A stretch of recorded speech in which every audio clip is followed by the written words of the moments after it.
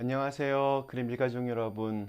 오늘 금요일 아침 이렇게 또 매일 한 말씀으로 오늘 하루를 시작하는 모든 분들에게 하나님께서 우리에게 은혜를 주셔서 오늘 하루도 정결하고 또 거룩하게 그리고 우리 주위에 있는 사람들과 이렇게 화목한 그런 하루를 보낼 수 있도록 인도해 주시기를 간절히 기원합니다. 오늘은 저희가 마가복음 9장 우리 마지막 마가복음 9장 우리 38절에서 50절에 있는 말씀으로 이 아침을 시작하도록 하겠습니다. 마가복음 9장 38절에서 50절 말씀. 요한이 예수께 여짜오되 선생님 우리를 따르지 않는 어떤 자가 주의 이름으로 귀신을 내쫓는 것을 우리가 보고 우리를 따르지 아니하므로 금하였나이다. 예수께서 이르시되 금하지 말라. 내 이름을 의탁하여 능한 일을 행하고 즉시로 나를 비방할 자가 없느니라. 우리를 반대하지 않는 자는 우리를 위하는 자니라. 누구든지 너희가 그리스도에게 속한 자라 하여 물 한 그릇이라도 주면 내가 진실로 너희에게 이르노니 그가 결코 상을 잃지 않으리라. 또 누구든지 나를 믿는 이 작은 자들 중 하나라도 실족하게 하면 차라리 연자맷돌이 그 목에 매어 바다에 던져지는 것이 나으리라. 만일 네 손이 너를 범죄하게 하거든 찍어버리라. 장애인으로 영생에 들어가는 것이 두 손을 가지고 지옥 곧 꺼지지 않는 불에 들어가는 것보다 나으니라. 만일 네 발이 너를 범죄하게 하거든 찍어버리라. 다리 저는 자로 영생에 들어가는 것이 두 발을 가지고 지옥에 던져지는 것보다 나으니라. 만일 내 눈이 너를 범죄하게 하거든 빼버리라. 한 눈으로 하나님의 나라에 들어가는 것이 두 눈을 가지고 지옥에 던져지는 것보다 나으니라. 거기에서는 구더기도 죽지 않고 불도 꺼지지 아니하느니라. 사람마다 불로써 소금 치듯함을 받으리라. 소금은 좋은 것이로되 만일 소금이 그 맛을 잃으면 무엇으로 이를 짜게 하리요. 너희 속에 소금을 두고 서로 화목하라 하시니라. 아멘. 네, 오늘 저희가 읽은 말씀은 조금 이렇게 좀 딱딱하기도 하고 또 약간 난해한 구절들도 이렇게 있습니다. 좀 이해하기도 쉽지 않고 그러나 굉장히 중요한 말씀입니다. 어떠한 사람이 주님의 참된 제자가 될 수 있는지에 대한 그러한 이야기이기 때문입니다. 먼저 요한이 예수님께 묻습니다. 38절 말씀. 요한이 예수께 여짜오되 선생님 우리를 따르지 않는 어떤 자가 주의 이름으로 귀신을 내쫓는 것을 우리가 보고 우리를 따르지 아니함으로 금하였나이다. 이 단 한 구절에 우리라고 하는 단어를 지금 세 번이나 사용하고 있습니다. 우리라는 말 참 좋은 말입니다. 저도 굉장히 좋아하는 말인데 이걸 잘못 사용하게 되면 굉장히 폐쇄적일 수 있습니다. 쉽게 말해서 우리 편이 아니면 다 잘못되었다. 이렇게 여기는 태도입니다. 이스라엘처럼 자기들만 하나님의 특별한 선택을 받은 민족이고 또 바리새인들처럼 자기들만 하나님의 율법을 잘 지킨다는 그런 지나친 자신감과 교만함은 하나님께서 원하시는 모습이 아닙니다. 그런데 이 열두 제자들을 중심으로 해서 이러한 폐쇄적인 모습이 형성되어 갔던 것 같습니다. 예수님과 가장 이렇게 가까운 관계였고 그래서 더 거룩하고 예수님의 직속 제자들에게만 예수님의 능력과 권세가 나타나야 한다. 그들은 그렇게 생각했습니다. 그런데 이 열두 제자에 속하지 않은 어떤 사람들이 예수 이름의 능력을 보고는 그것을 그대로 사용했고 또 놀랍게도 귀신이 쫓겨나갔습니다.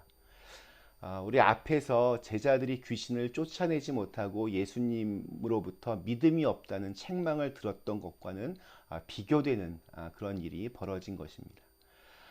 우리 외에 다른 어떤 사람들이 더 탁월한 능력을 발휘하면 가장 먼저 우리의 마음에 어떤 생각이 들까요? 먼저 질투가 납니다. 어떻게든 흠을 잡으려고 합니다. 예수님은 제자들의 이러한 마음을 읽고는 39절, 40절에서 이렇게 말씀을 하십니다. 좀 더 이해하기 쉽게 현대인의 성경으로 읽어보겠습니다. 예수님은 이렇게 말씀하셨다. 막지 말아라. 내 이름으로 기적을 행하는 사람이 곧바로 나를 욕하지는 않을 것이다. 우리를 반대하지 않는 사람은 우리를 위하는 사람이다.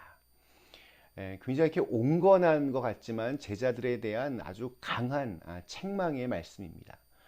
주님은 제자들이 점점 이렇게 폐쇄적인 공동체가 되어가는 그 위험성을 내다보고 미리 경고하고 계시는 겁니다. 우리를 반대하지 않으면 다 우리의 친구입니다. 그러나 제자들도 그렇고 오늘 우리들 어떻습니까? 우리 길에 찬성하지 않으면 다 적으로 간주합니다. 그래서 늘 이렇게 편가르기가 굉장히 많이 있습니다. 좀 더 많은 사람들을 품어내지 못하고 이렇게 폐쇄적으로 그냥 자기들끼리만 옳다고 그렇게 자화자찬합니다. 하나님은 온 세상으로도 다 품을 수 없는 그런 크신 분입니다. 그런 하나님을 내 작은 머리로 다 이해하고 안다고 하는 것은 그래서 함부로 다른 사람들의 신앙을 판단하고 정죄하는 것은 굉장히 위험하고 또 어리석은 행동입니다. 우리에게 열린 마음과 관용 또 겸손이 필요합니다. 나만 옳다라고 하는 것은 또 우리만 맞다라고 하는 것은 이제 오만함과 또 무지의 표현입니다. 이어서 예수님은 42절에서 또 이렇게 경고하십니다. 또 누구든지 나를 믿는 이 작은 자들 중 하나라도 실족하게 하면 차라리 연자맷돌이 그 목에 매어 바다에 던져지는 것이 나으리라. 예수님과 함께 다니면서도 서로 첫째가 되겠다고 싸우면서 주님을 믿는 이들 중 그 누구라도 실족하게 하는 그러한 사람은 주님의 제자라고 할 수 없다라는 그러한 말씀입니다. 지금 제자들은 자기들끼리 누가 높은지 자리 싸움을 했습니다. 그리고 자신들과 함께 하지 않는 사람들을 배척했습니다. 편을 갈랐습니다. 제자들은 예수님의 부르심을 받고 가까이서 함께 생활하고 있었기 때문에 자기들이 가장 예수님의 능력을 담아낼 수 있다라고 그렇게 믿었습니다. 그래서인지 예수님께서 고난에 대한 그 예고의 말씀을 하시면 말씀을 깨닫지도 못하고 또 묻기도 두려워했습니다. 인자가 고난을 받고 죽어야 한다는 것을 이해하지 못했기 때문입니다. 십자가의 신비를 이해하지 못했고 십자가의 능력을 경험하지 못했기 때문입니다. 하나님께서 십자가에 감춰두신 그런 신비의 능력이 무엇입니까? 희생을 통한 생명입니다.